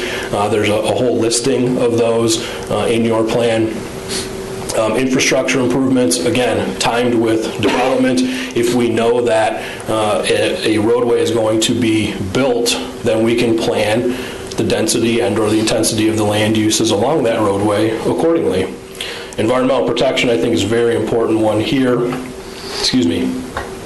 Transportation, again, becomes an important factor. I think not just transportation, but the movement towards more non-motorized transit. There's legislation that was adopted many years ago now called Complete Streets. I actually had Sharon come down and talk to you all about that a few years back for those who were here and or on the commission at that time. Important concepts to that end. And then one of I guess the closing 3 points on this slide, future land use map, which is the tool that the portion of the plan you probably would use most frequently, set the stage for some zoning revisions, whether it's text or tied to the map, and then of course implementation strategies. What are the actions that lead us to get the community we want? The process, this is all just per the statute. You kick off a master plan with a notice of intent to prepare a plan, and this is one of my favorite slides. I didn't change this one too much because from point 1 to point 2 is probably the longest stretch in the entire process, but the bullet points come right next to each other. So we tell everyone that we're going to create a plan, and then you guys have created a plan. So just like that, magically we now have a draft plan. Procedurally, draft plan has to go from the Planning Commission up to the Township Board, who then authorizes distribution of that plan for review. What ends up happening, and this was not a requirement with your original plan, this is a requirement of the Planning Enabling Act adoption, and what happens is you have to send it to surrounding communities, as well as the county, as well as SEMCOG, as well as any other public agencies or entities who have requested notification clarification from you on such matters. So really it broadens the spectrum of input in terms of who gets to see what you're doing, who gets to comment on what you're doing. That goes out on an update that's a 42-day review period, so essentially a month and a half where you as a commission would just basically sit back and wait for people to review it and provide you with comments. You don't make any changes, you don't continue to work on it at that point. Then you conduct a public hearing. Planning Commission adopts the ability to forward it up to the board. Board has the opportunity to be the final adopters of the plan. They have to, at some point in the process, they would have to pass a resolution to do so. So if and when we ever find ourselves in that position, I would envision that that would be the path we would take here, that we would involve both the Planning Commission and the Township Board. The interesting thing about the Planning Act requirements is that both the Planning Commission and the board have to adopt the same plan. If you forward a recommendation with an adopted plan up to the Township Board and they disagree with your findings or your recommendations, they have to then prepare a statement of objections back to you, which you then consider. I've never had this happen, but it could. That's just to put out there. The real idea is that we want to make sure that the Planning Commission and the legislative body are on the same page. You don't want to have two separate plans. You don't want to have a plan that you prepared that the board doesn't support, because generally speaking, the board is the one they're going to fund the projects and the implementation strategies in your plan. So you really want to make sure your efforts are coordinated and well thought out. Different types of planning approaches. This is one that we would typically use through the process. We call it a SWOT analysis: strength, weakness, opportunity, threat. What do we value in our community? What are our strengths, in essence? What threatens our values? Is it our values are preservation of significant natural features? Okay, what are threats to that? Well, development is a threat to that. Contamination is potentially a threat to that. A lot of factors. How do we deal with that? How do we protect what it is that we value? And what are not our strengths? What's a weakness in the community? What don't we do quite as well as we like? In other words, what can we improve upon? These are all good things that we would want to consider in terms of a planning approach for the township. And I included in here your natural features map, as well as at the time, again, your road condition map, because those would be two of the things that I think really fit if we were to sit down and really answer these questions. I think natural features would be a huge component, and I think road conditions, in as much as we have control over that through the county, but I think those would be some other areas where we want to make sure we retain good roadways and good infrastructure to support our community. I'm not going to focus on this one too much. The development of goals really are, these are sort of generalized statements of what we want to be, how we want to be, whatever the case might be.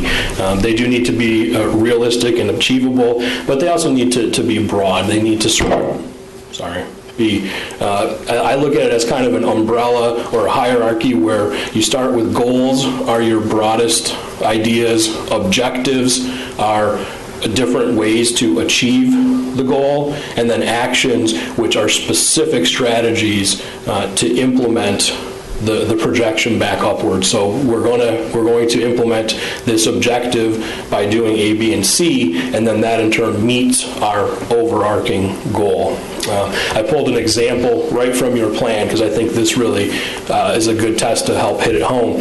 You have a goal to preserve established quality character of residential neighborhoods, provide highest quality of life for residents. Pretty broad statement. A couple of key factors in it. We want to preserve established quality. We want to provide the highest quality. Those types of things. How do we do that? One of the objectives under this is to maintain adequate amounts of open space in residential neighborhoods. Subsequent to that, we actually, because that's a more fine-tuned statement, but it's not a specific action. Maintaining an adequate amount of open space is what we want to do, but how do we do it?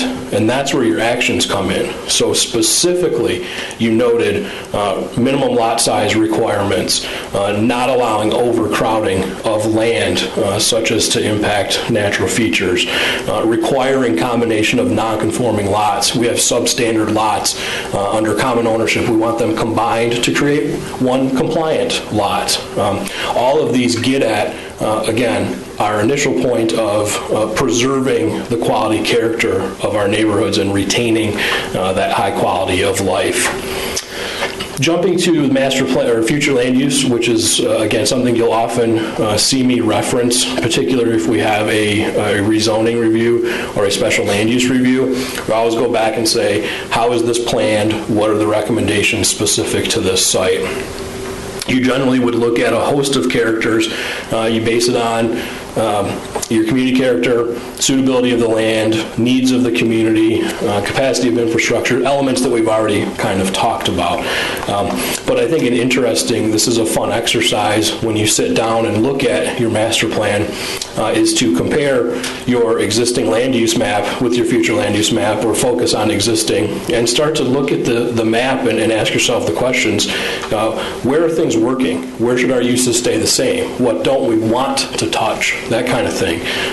Where should they change? Maybe we have a section of the community that just isn't quite evolving as we thought it might, or it's not developing the way we originally envisioned. Maybe we need to look at analyze some different uses.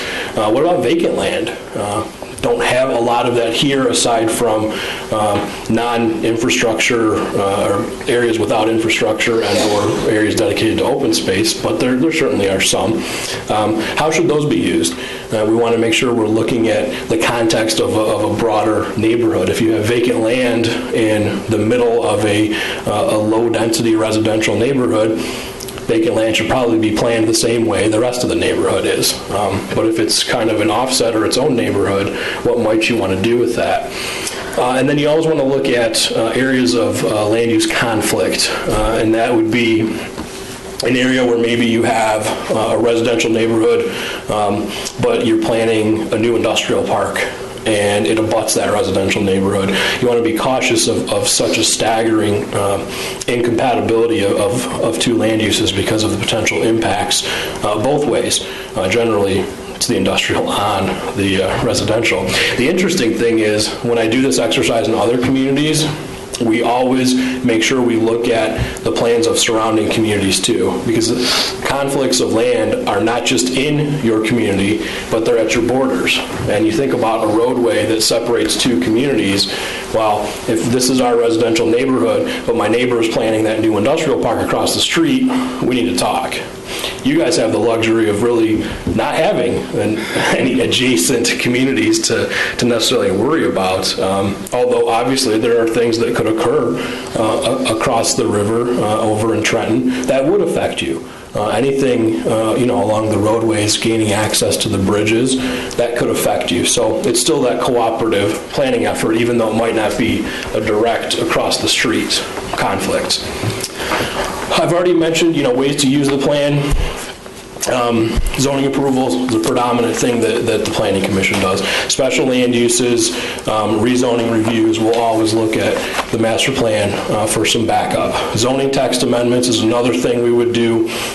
Potentially DPS and or the board would be looking at infrastructure improvements that are related back to the plan as well. So your 5-year review. What the statute says is that you have to review your plan at least every 5 years. When that law was originally written, it was initially interpreted to be you had to update your plan every 5 years. That is not the case. You have to review it, but you don't have to change it. You don't have to make revisions every 5 years. What you do as part of that review is determine whether or not revision is necessary, or whether your existing plan is still current and you want to keep that in place for the foreseeable future. The other interesting thing, and I do this when I'm doing bigger training seminars, is you have to do it at least every 5 years. That doesn't mean you have to wait 5 years. I tell some communities there are things that may happen, some outside influences, some changes in your community. You may not want to wait 5 years to review the plan. You might need to look at it every couple of years if you have a lot going on around you, or there's a lot of change, and you need to respond maybe a little more quickly than every 5 years. In past efforts, what we've done here is the commission has determined that an update was not needed. We had the commission adopt that via a resolution, so we had a recorded document, basically that would be in the files, such that if anyone ever challenged you that you had not lived up to your statutory responsibility, we can go back right to the file and say, no, we did. Here's our resolution, which turns into kind of a findings of fact type of thing. So it's a bunch of whereases, and under the act we have to review it. We reviewed the plan for the following items. We found them to still be consistent, whereas we are essentially determining that no changes are needed. We then send that recommendation resolution up to the board, who can then take similar action, and provided no changes are being made, at that point you're done with your 5-year review. You do not have to notify or provide an indication to surrounding communities or the county or anyone else. If you're not making a change, you don't have to reach out to all these parties and say, hey, we're not making a change. If you're going to make a change, then we got to reach out to them and say, this is what we're working on, we want your input. Closing slide. I was close. You're doing great. Sorry. This is a list of questions. This was stolen to some degree and modified from a document that the Michigan Association of Planning prepared and put out. And basically it's a host of questions for you as a planning commission to consider when looking at your plan. To what extent have goals, objectives, strategies, actions in the plan been met? Did we have a sound plan and we had 30 recommendations? And you know what? We found out we've actually implemented all 30 of those recommendations. There's nothing left in our plan to implement. If you've exhausted all of the projects, might be a good time to think about updating that plan. Base data, your demographics, your population, your employment, your housing characteristics, is all of your base data upon which those recommendations were made, is that still current? Or has there been a significant amount of change? Are you a community that lost half of your population in the last 20 years and really needs to rethink things? Or are you a community who has doubled in population in the last 10 years and you're pulling your hair out with all the growth because you don't know where to put it or what to do with it? 3 is kind of I don't really see where that one fits, but again, I'll blame them because I stole it from them. Recent zoning decisions inconsistent with the plan.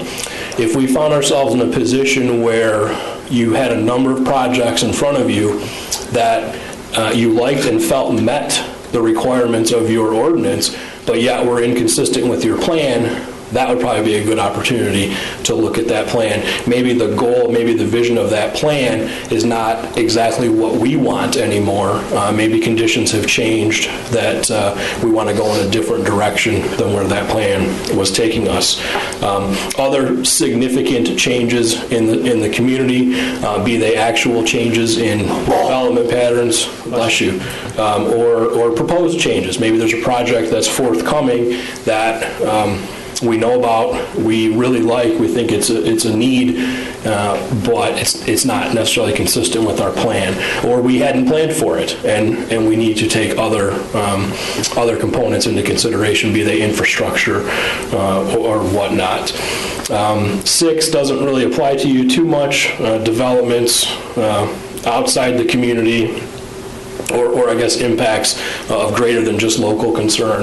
Again, that would tie back to, is there something happening across the bridge that you want to either protect yourselves from, or maybe you see something across the bridge that you like. You say, why hadn't we planned for that? They might have come here if we had thought about that. things that just kind of open your eyes a bit. And then making sure that you've got consistency between your ordinance and your plan, particularly with respect to zoning designations and future land use categories. The new act requires what is called a zoning plan, and that in essence boils down at its most basic level. It's basically a correlation between your master plan categories and your zoning districts. You want to make sure there's overlap there so that if you're presented with a case, we know, I'm not going to be able to see that closely. The orange, I believe, is multiple family residential in your future land use map. We would correlate that to your multiple family zoning district so that we know there's no ability to confuse or misconstrue what was intended by the future land use map, because we've made a direct correlation between that category and these zoning districts. So that, Mr. Chair, is all I have. And I went 8 minutes over, I'm sorry. Marvelous job, sir. No, this is a very nice summary of the process and of the master plan. Yeah, like I said, I've got a lot more if you're ever interested. This is about, like I said, I squished this down. This is when we do master plan as part of planning and zoning seminars. Master plan session's about a 45-minute to an hour session. So there's a lot more where this came from, if it's of any interest, but I wanted to at least give a little bit of a training session, tie it into really what it is that we're posed with doing in terms of conducting your 5-year review. So I gather then, basically in the review considerations, these 7 questions determine the path forward, the answers to those 7 questions.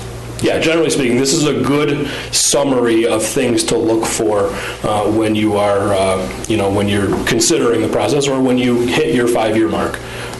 This is a good approach. It's worked pretty well for me in other communities. Okay, so the question for the commission is, what exactly is the path forward? I think there are several options here. Let's see what people think. Jay, you were part of the original planning commission process, master plan process back in 2003, something like that? Yeah, I was going to ask when that was. It was 2002. Because we used the 2000 census data at the time. Yeah. And we went through most all of those steps outside of the other community notification.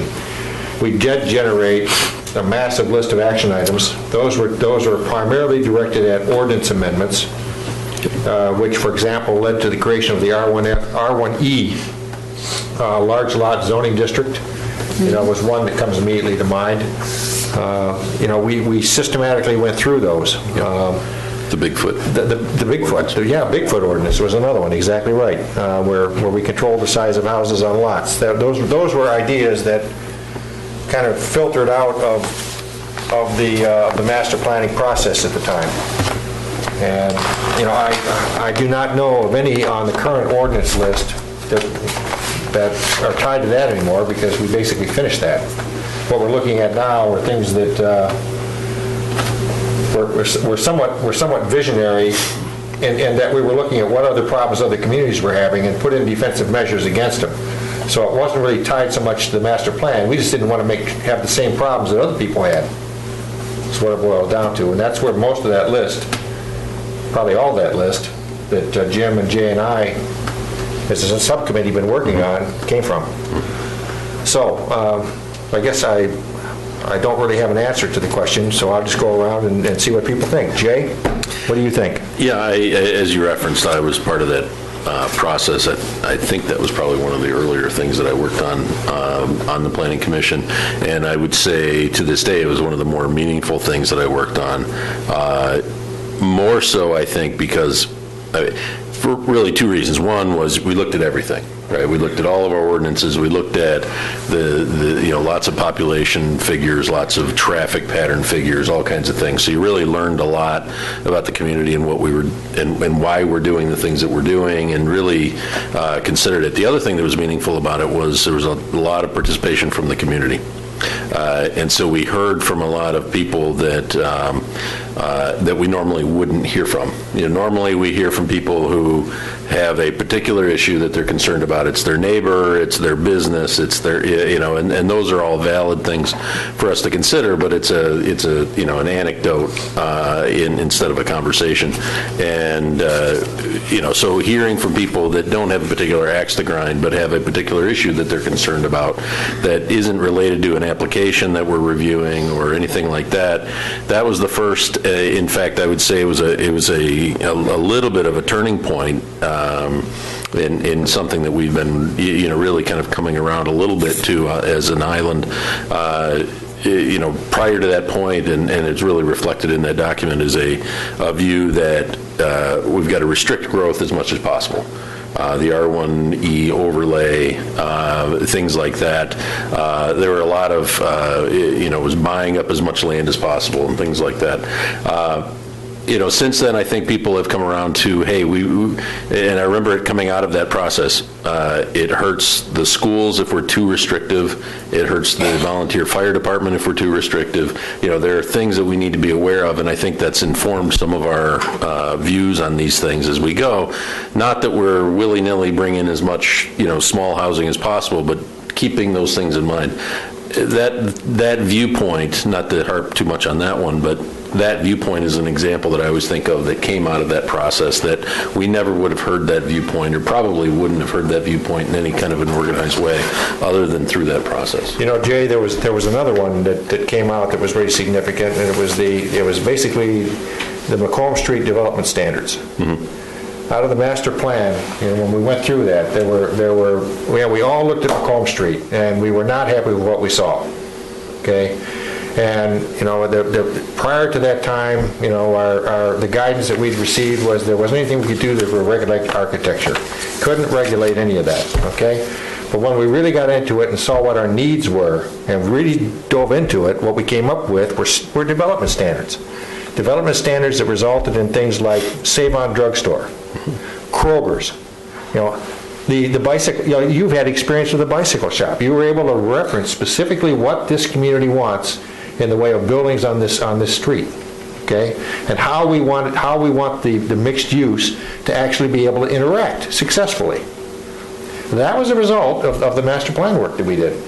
Jim, I think you were around for that, weren't you? Did you come in after that? I'm trying to do my math here. I think it's been 9 years. So I was not in 02, I was in 06. Okay. But I've been through multiple reviews, so. Okay. Well, I know, Ann, you were, of course, here. Mm-hmm. We did the master plan before this one. I worked on that master plan before this one. Okay. So that's going back really a few years. Yeah. She always tries to trump us. Yes, I know. Every time. And she does, too. Well, I wrote the first master plan. Well, You copied mine with the second master plan. I think, I believe Ann was our master plan. She was our living, breathing plan for the future. The original master plan. So, with Alexander McComb. I'm not sure. Oh, that's rude. Oh. So, okay, we're going to get back on track here. Excuse us, Ann. Excuse Jay. Yes. Okay, so coming back to the question on this, Jay, knowing what you know about the master plan, and looking at these questions, what do you have a recommendation on what we should or should not do at this point? Well, I would say my recommendation as I sit here, and I'd be interested in if other people have different viewpoints, but what I think would make sense is for this group to do a thorough review of that master plan. Whether that, and how we go about doing that is an open question. Do we have, kind of a working session where we go through that kind of soup to nuts, whether it's in a single meeting or, a section at a time or something like that, and out of that come up with a conclusion that this really reflects what we think we should be doing, and therefore we have, A, we've reviewed it, we've met the requirements, and B, we've determined we do not need to make any revisions to the plan. Or we go through it, we say, this really doesn't reflect what we think anymore, and or we've accomplished many of the tasks, and we think that we should revise to think about new tasks. or just change the tense of the verbs.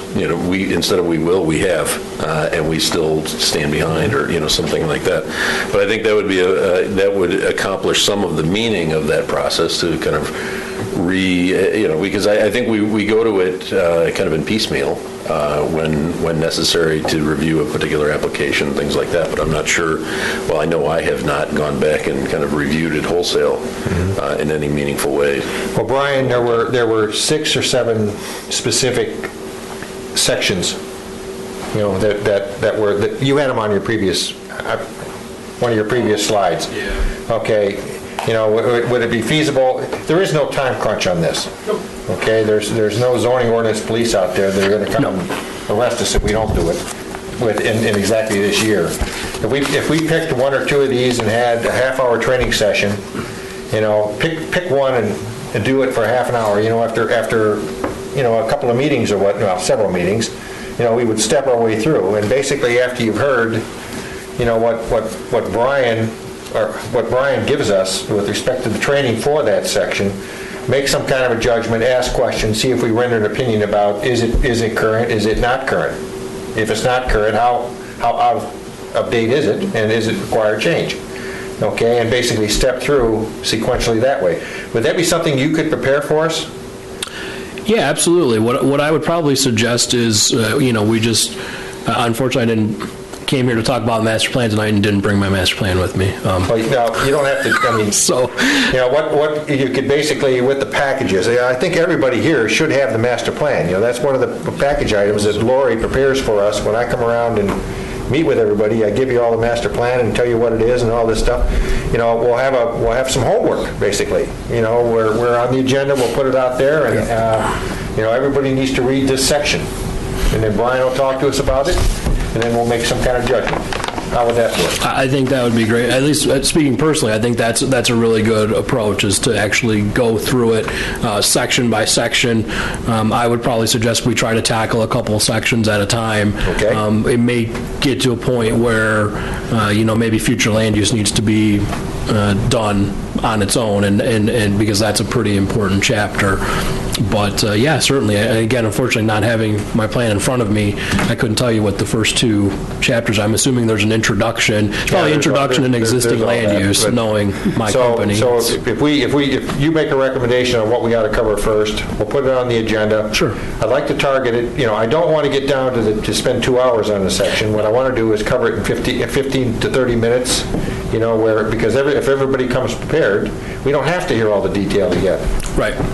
Okay, so much like what you did here with this summary presentation, and we'll move forward that way. What do people think about that approach? That's the implementation of the idea that you're proposing. Steve, what do you think?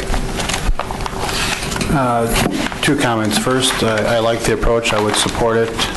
Second, is this approach something where, after we talk for 15, 30 minutes, that the public, if the public is present, gives their opinion? Sure. And if it is, I would highly recommend that it's posted to the Grosse Ile website. Here's the 2 sections, put the PDFs on there so the public can see what it is that's going to be discussed, so they can come prepared with questions. Or if it's something that we entertain by email, they could email questions directly to either Brian or Lori to bring to the group and field them that way, so they're participating in the process. We always welcome public input. Yeah, along those lines, we could probably also, for certain sections, there'd be other township committees or commissions that may have some, the Macomb Street District, I would suggest a special invitation to the DDA would make sense, and let them listen to the discussion of it. Okay, kind of on that note, Brian, I wonder if you would prepare basically a strategy document. Outline the sections that you would recommend that we lump together and present. You lay out the communication strategy as Steve has asked for, for public the public communication part of it, so we can get input to us if there is such interest to give it from the public. And then for each of these sections, which would be the appropriate committee or commission from around the township to specifically invite. And if you could lay that out, it's kind of like the roadmap.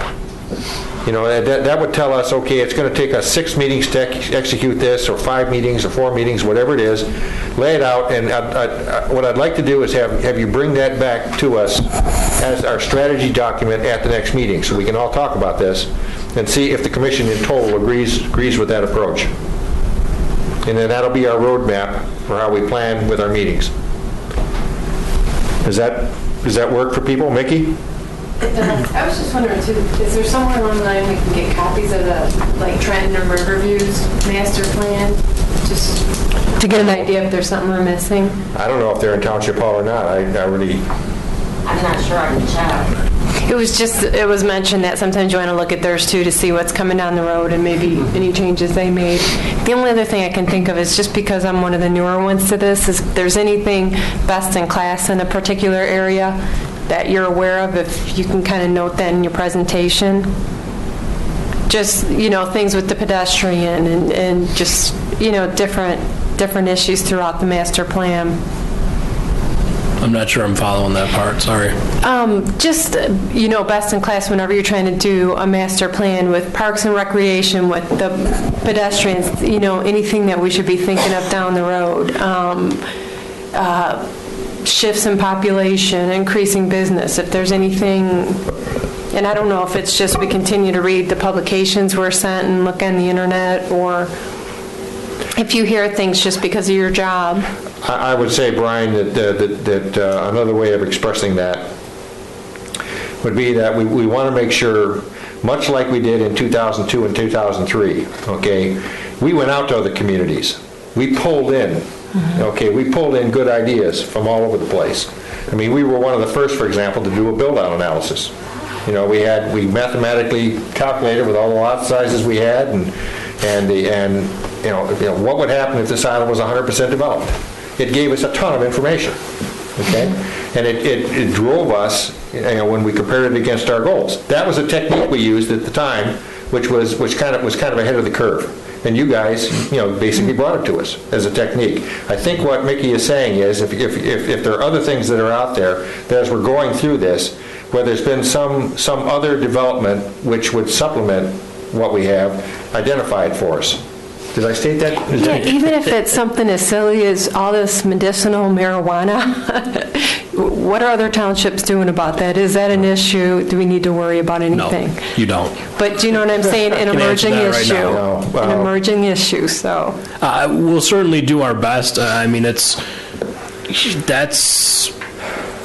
trick is, it becomes a little bit cumbersome, and those are the types of things you do in the planning process, not necessarily in the review of the existing document. So I get where you're coming from, and I think if if I've got some good ideas or some suggestions, or I see some gaps, those are some things that we can talk about. But we can't review a master plan and start to initiate the planning process for new ideas and it just puts me in kind of a weird position. That's the focus is 99% the review of the existing. I got it. The 1% is, hey, I have absolutely a brilliant idea about something. Well, one of the things really is look at, is there something, it's not on this particular, again, I stole these 7 points, but one thing that we would do as part of the process is there something missing? Are there things that have occurred and we're just not addressing it all in our plan? So I see where you're coming from. Mickey, just from my knowledge of the master plan, I think when you get into that master plan, you're going to find there's so much information there, you're going to quickly forget about what Trenton and Wyandotte are doing, because your focus is going to be so much on what it is that's in there and what we've got and what direction we're going. And you will find that I think that's where you're going to come around to. So I wouldn't spend my time looking at the other communities right now. Maybe down the road, after you've looked at this and we've gone through some of these sections, if you still have that interest, I'd go there. But for right now, you'll be right up to here, so to speak, in master plan information. The detail in there and the scope of that work was substantial. This is my recommendation. Okay.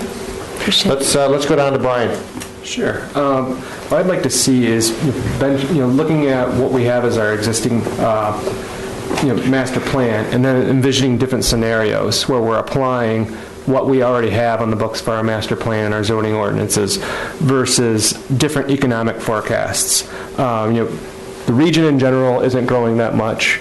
We're having more of our population is growing older as well. We have brain drains going on. Wayne County in general is definitely not growing. The downriver communities are not growing. Where does that put Groseal? Typically, we're trying to, we say that, we're one of the gems, but outside of the downriver area, not that many people even know about it. We're kind of, in my viewpoint, where we should be focusing on the placemaking and saying, how can we sell Groseal? And that's where some of the information that's been going out there from like the MISHDA with placemaking, and there's been a lot of workshops on that talking about benchmarking your data, your community versus others, looking at the percentages of single-family residential versus multifamily residential, and entry-level housing versus housing for that seasoned professional that's been in his or her job for years and years. We talk about our DDA. So how are all these different things impacted by different scenarios that might be happening within the region that we don't specifically control? Okay, I certainly appreciate those kind of questions. Again, we got to keep in mind, the review is what's there, okay? And I'll kind of give the same advice to what I just gave to Mickey. We need to focus Brian's efforts on presenting to us the information's there. Okay, and then if we decide that we need additional information or want to move, down the road, left or right or whatever, we can do so from a full knowledge base. I want to keep Brian focused on educating this group. That's step number one. Okay, and where we take it from there becomes step number two. So Brian, in the presentations, I appreciate what Brian is saying. Okay, and it's useful second level movement, if you know what I mean. It's the second jump. You got to start off with knowing exactly what you got, and that's what at the end of this training session, when we make a judgment of your recertification, virtually everybody in this commission and anybody who's paid attention in the audience, okay, the television audience or other commissions or whatever, they know what's in there. Okay, and then we're all moving forward together. You get my gist, Brian? Does that make sense? I hope. I understand a bit, but again, without benchmarking ourselves to understand what we currently have, how can we decide whether or not we should be moving forward and looking at different opportunities, different changes? Again, we benchmarking means that you go out and you gather information, okay? And in the review process, what Brian has told us is the review process is evaluating and assessing what it is we've got. Okay, and so unless we're going to, it was the distinction Brian made between reviewing and actually starting the planning process, and we can't get Brian over that edge because we're not doing the planning process right now. What we're doing is the reviewing process. From that decision of this overall commission will come judgments, hey, we need to do something else or we don't need to do something else. What you're talking about for benchmarking, might be a next step that would come out from this commission. It might be added to one of the action items. The list of action items that we generated after the first 2002 report was generated. This commission may decide, hey, we want, number 21 on the list, 20 we finished, 21 now becomes, we want to go out and we want to do some selective benchmarking, and we'd identify what it is it would be. That would come out of the review process. So I want to make sure we don't get the cart before the horse. Okay? Other things? Jim, how about you? I think a review training session with community involvement is a great idea. So, and I'm under my feeling is probably that the master plan isn't broken. So less would be more. But I think the review, to go through all the different sections and whatnot would be great, and a good learning experience for everybody up here. So. Ann? My thought is we have to know what's there, and we have to study that to find out what it is before we could make any changes. Okay. Very succinct, and in fact, I agree with that position. So I think we're all pretty much on the same page about this, so why don't we move forward in that direction. So Brian, at the next meeting, let's lay out our roadmap for us. Okay, and we'll make that an agenda topic under the chair's report for everybody to evaluate that, make additions, deletions, whatever, and come away with one path forward. Agreed? Okay. Thank you very much, folks, on that one. Let's move now to our next meeting date. The next meeting's dates coming up, June 2nd, June 16th, June 30th. Brian, we want, as we told the applicant for building blocks, we want to be able to move this, building block application forward, consistent with them meeting all the requirements that have been specified. So my question to you is, given where they're at, do you have a sense for when would be an appropriate time to get back together? I'm thinking perhaps the 16th, the middle of June. I think the 16th is a reasonable expectation. I know the petitioner had mentioned they would like to see you meet on the 2nd. I think they can probably turn their materials around. However, I'm not sure 2 weeks from tonight is, especially with the Memorial Day holiday in there, I don't know how comfortable the commission is with trying to do that. Keep in mind, it is particularly important for this commission to get their materials well in advance. I know. Okay, and I don't want to, not having process the revisions, okay? That takes time, and then we need the 1 to 2 week window for all the packages to be prepared and be presented so that we're not backed up, okay? One of the big disadvantages of tonight was, and some of you noticed it and some of you didn't probably, was that the material that was in our package for the drawing wasn't the same as the drawing that was presented on the screen. Right. Okay? That presents a very difficult situation for the Planning Commission, because what you've looked at now isn't quite what's there. Well, what other subtleties weren't there, or that you wouldn't notice until you actually sat down and looked at it? Okay, we don't want to put ourselves in that kind of a position. So what I would suggest is let's target for 4 weeks. And if the work, Brian, has not progressed to the point where we're comfortable 2 weeks from now, again, because of the holiday or other things, then we'll back it up to the 30th. How does that sound? So tentatively the 16th? 16th? Yes, tentatively. But if the materials are not ready, then I'll back it up to the next opportunity, which would be the 30th. Everybody okay with that? Brian? Absolutely. Okay. Because again, the burden to prepare the materials and meet the requirements falls with the applicant, okay? And we'll work with them over this period to make sure that we offer whatever support we can. That's what we're here for. Okay, on that note, any commissioner comments, anything anybody wants to offer for the commission? If not, I would entertain a motion to adjourn. So moved. Motion from Brian. Support? Support.